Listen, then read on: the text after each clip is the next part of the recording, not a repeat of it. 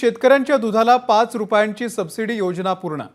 2 महिन्यांमध्ये 3 लाख शेतकऱ्यांना 226 कोटी रुपयांच्या सबसिडीचं आता वाटप झालेलं आहे।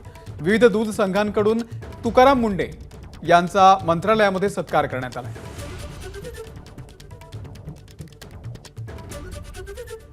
मागच्या काळामध्ये जी 5 रुपयाची स्कीम राबवली गेली त्याच्यामध्ये सर्वात वैशिष्ट्य असं होतं की पहिल्यांदाच गव्हर्नमेंटचे सबसिडीचे पैसे दूध शेतकऱ्याच्या खात्यावर जमा झाले।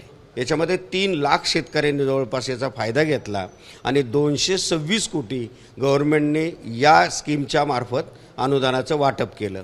ही अतिशय सुंदर, ट्रान्सपरंट आणि योग्य पद्धतीने शेतकऱ्यांना मदतीसाठी अनुदान वाटप झालं।